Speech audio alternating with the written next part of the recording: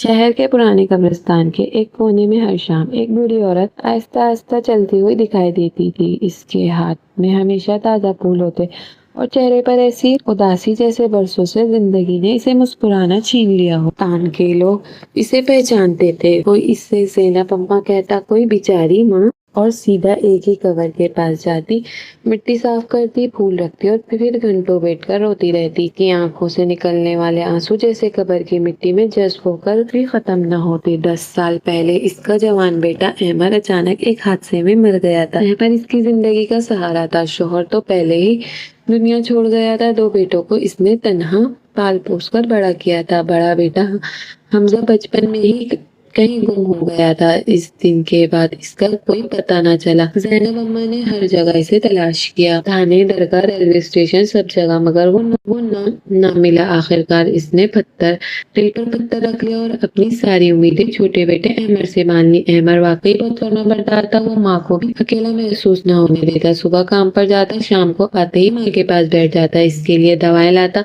اس کے بالوں میں تیل لگاتا اور ہنس ہنس کر اس کا دل بہلاتا۔ محلے والی عورتیں اکثر کہتی، زینب تم بہت نصیب والی ہو، اللہ نے تمہیں ایسا بیٹا دیا ہے۔ زینب اماں یہ سن کر مسکرا دیتی، اس کی مسکراہٹ میں ہمیشہ حمزہ کی کمی چھپی رہتی۔ پھر ایک دن وہ قیامت آ گئی جس نے اس باقی زندگی بھی اندھیرے میں دھکیل دی۔ احمد فیکٹری سے واپس آ رہا تھا کہ ایک تیز رفتار ٹرک کی موٹر سائیکل پہ ٹکر مار دی۔ لوگ اسے اسپتال لے گئے مگر وہ جاندار نہ ہو سکا۔ جب زینب اماں نے اسپتال میں اپنے نوجوان بیٹے کی لاش دیکھی تو اس کی چیخ پورے وارڈ میں گونج اٹھی۔ اس دن کے بعد جیسے اس کی روح ہی مر گئی تھی۔ محلے والوں نے بہت کوشش کی کہ وہ خود کو سنبھال لے مگر وہ ہر وقت احمد کی باتیں کرتی رہتی، کبھی اس کے کپڑے سینے لگتی، کبھی اس کا پرانا موبائل ہاتھ میں لے کر بیٹھ جاتی۔ رات کو اکثر اس کے گھر سے رونے کی آوازیں آتی، لوگ کہتے بیچاری اماں کا دل نہیں مانتا۔ سال گزر گئے مگر زینب اماں کا معمول نہ بدلا۔ ہر جمعرات کو وہ قبرستان جاتی، قبر صاف کرتی، پھول رکھتی اور احمد سے باتیں کرتی جیسے وہ ابھی بھی زندہ ہو۔ ایک دن قبرستان کے مالی نے کہا، اماں اب 10 سال ہو گئے ہیں، خود کو تنہا نہ رلایا کرو۔ زینب اماں نے آنسو پوچھتے ہوئے کہا، بیٹا ماں اگر اپنے بچوں کو بھول جائے تو اس کے زندہ رہنے کا کیا مطلب؟ اس دن بارش کے بعد موسم عجیب اداس تھا، آسمان پر کالے بادل تھے اور ہوا میں مٹی کی خوشبو کھلی ہوئی تھی۔ زینب اماں ہمیشہ کی طرح پھول لے کر قبرستان پہنچی مگر جیسے ہی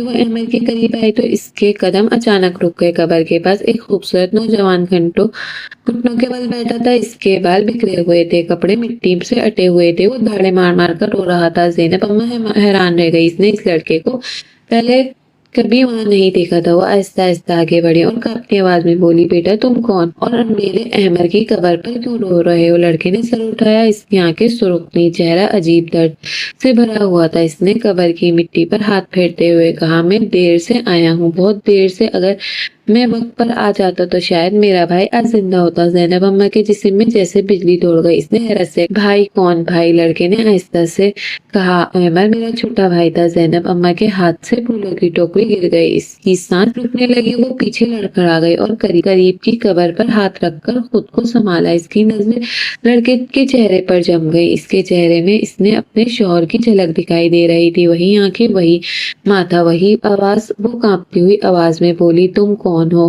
لڑکے کی آنکھوں میں آنسو بہنے لگے، اس نے بامشکل کہا، اماں میں حمزہ ہوں، آپ کا کھویا ہوا بیٹا۔ یہ سن کر زینب اماں کے ہوش اڑ گئے، اس کے کانوں میں شور سا گونجنے لگا۔ اس نے بے یقینی سے اس لڑکے کو دیکھا، پھر اگلے لمحے اس کے قریب جا کر اس کے چہرے کو دونوں ہاتھوں سے پکڑ لیا اور بار بار اس کی پیشانی کو چوم رہی تھی اور روتے ہوئے کہہ رہی تھی، نہیں یہ خواب ہے، میرا حمزہ تو 20 سال پہلے کھو گیا تھا، تم جھوٹ بول رہے ہو۔ حمزہ نے جیب سے ایک پرانی زنجیر نکالی جس میں آدھا ٹوٹا ہوا تعویذ بنا ہوا تھا۔ زینب اماں کی چیخ نکل گئی، یہ وہی تعویذ تھا جو اس نے بچپن میں حمزہ کے گلے میں پہنایا تھا۔ اس کی آنکھوں کے سامنے وہ دن گھوم گیا جب 7 سال کا حمزہ میلے میں اس کا ہاتھ چھوڑ کر کہیں غائب ہو گیا تھا۔ زینب اماں حمزہ سے لپٹ کر بچوں کی طرح رونے لگی۔ قبرستان میں موجود لوگ حیرت سے یہ منظر دیکھ رہے تھے، ایک ماں جو 10 سال سے مردہ بیٹے کے غم میں ٹوٹ چکی تھی، آج اپنے گمشدہ بیٹے کو پا کر سکون محسوس نہیں کر پا رہی تھی، کیونکہ ایک بیٹا قبر میں تھا، دوسرا 20 سال بعد اس کے سامنے کھڑا تھا۔ کافی دیر بعد زینب اماں نے آنسو پوچھتے ہوئے کہا، حمزہ تم کہاں تھے اتنے سال؟ تم نے اپنی ماں کو ایک بار بھی یاد نہیں کیا؟ حمزہ نے نظریں جھکا لی، اس کی آواز بھر آئی تھی۔ اماں میں آپ کو کبھی نہیں بھولا، مگر میری زندگی کسی اور کے ہاتھوں میں چلی گئی تھی، مجھے یاد ہی نہیں کہ میں کون ہوں۔ زینب اماں نے حیرت سے اسے دیکھتی رہی۔ حمزہ نے قبر کی طرف دیکھتے ہوئے کہا، آج میں سچ بتانے آیا ہوں، وہ سچ جس نے میری پوری زندگی برباد کر دی اور احمد کی جان بھی لے لی۔ یہ سن کر زینب اماں کے دل میں ایک عجیب خوف اترنے لگا، مزید تیزی آ گئی تھی۔ قبرستان کے درخت زور زور سے ہل رہے تھے، زینب اماں کی سانس جیسے سینے سے اٹک گئی ہو۔ وہ حمزہ کا ہاتھ پکڑے قبر کے پاس ہی بیٹھ گئی، اس کی نظریں بار بار اس کے چہرے پر جا رہی تھی، کبھی وہ اس کے بالوں کو چھوتی، کبھی اس کی پیشانی کو، جیسے یقین کرنا چاہتی ہو کہ یہ خواب نہیں حقیقت ہے۔ مگر حمزہ کی آنکھوں میں ایسا درد تھا جس نے زینب اماں کے دل میں خوف بھر دیا تھا۔ اس نے دھیرے سے پوچھا، حمزہ آخر تمہارے ساتھ ہوا کیا تھا؟ تم کہاں تھے اتنے سال؟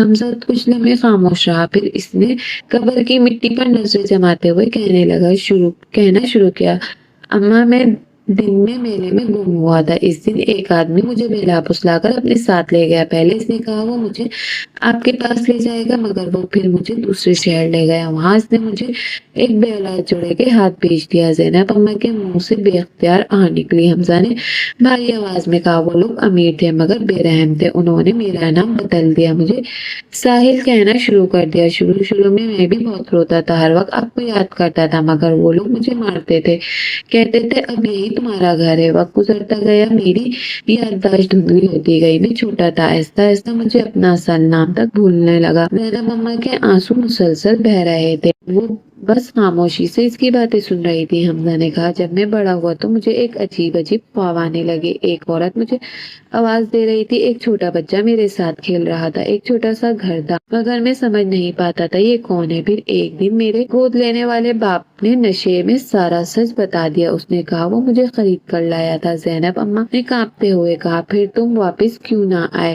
بیٹا، حمزہ کی آنکھیں جھک گئیں، کیونکہ اماں میں اس وقت تک بہت دیر کر چکا تھا۔ میں نے آپ کو ڈھونڈنے کی کوشش کی، مگر مجھے صرف اتنا یاد تھا کہ میرا نام حمزہ ہے اور میرے بھائی کا نام شاید احمد تھا۔ پھر کئی سال میں مختلف شہروں میں گھومتا رہا پر کچھ نہ ملا۔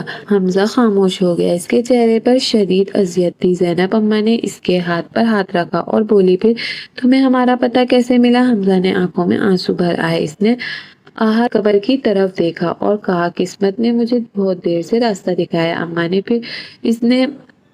پھر اس نے جیب سے ایک پرانی تصویر نکالی۔ میں زینب اماں اپنے دونوں بچوں کے ساتھ بیٹھی تھی، تصویر پر کی دھول جمی ہوئی تھی۔ زینب اماں تصویر میں دیکھتے ہی پھوٹ پھوٹ کر رونے لگی۔ حمزہ نے کہا، چند ماہ پہلے مجھے یہ تصویر اپنے گود لینے والے باپ کے پرانی چیزوں میں ملی تھی کہ پیچھے اس کا شہر کا نام لکھا ہوا۔ میں فوراً یہاں آ گیا، پاگلوں کی طرح ہر گلی میں آپ کو ڈھونڈتا رہا۔ پھر ایک دن ایک بوڑھے شخص نے آپ کے بارے میں بتایا کہ یہ بھی ایک احمد اس دنیا میں نہیں رہا۔ حمزہ کی آواز ٹوٹ گئی، وہ قبر سے لپٹ کر رونے لگا۔ زینب اماں بھی اس کے ساتھ رونے لگی۔ قبرستان میں ہوا کی آواز کے علاوہ کچھ سنائی نہیں دے رہا تھا۔ کچھ دیر بعد زینب اماں نے دھیرے سے پوچھا، تم ابھی کہاں تھا؟ اگر تم وقت پر آ جاتے تو احمد زندہ ہوتا۔ اس کا کیا مطلب تھا؟ یہ سنتے ہی حمزہ کا چہرہ سخت ہو گیا، اس نے مٹی کھینچ لی اور بولا، کیونکہ احمد کا حادثہ نہیں تھا۔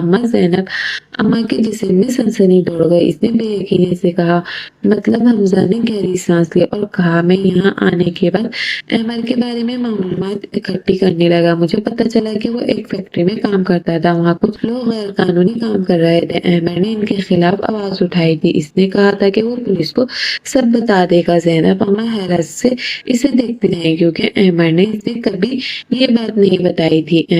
حمزہ نے کہا، فیکٹری کا مالک بہت طاقتور آدمی تھا، اس نے احمد کو دھمکیاں دی، مگر احمد ڈرا نہیں۔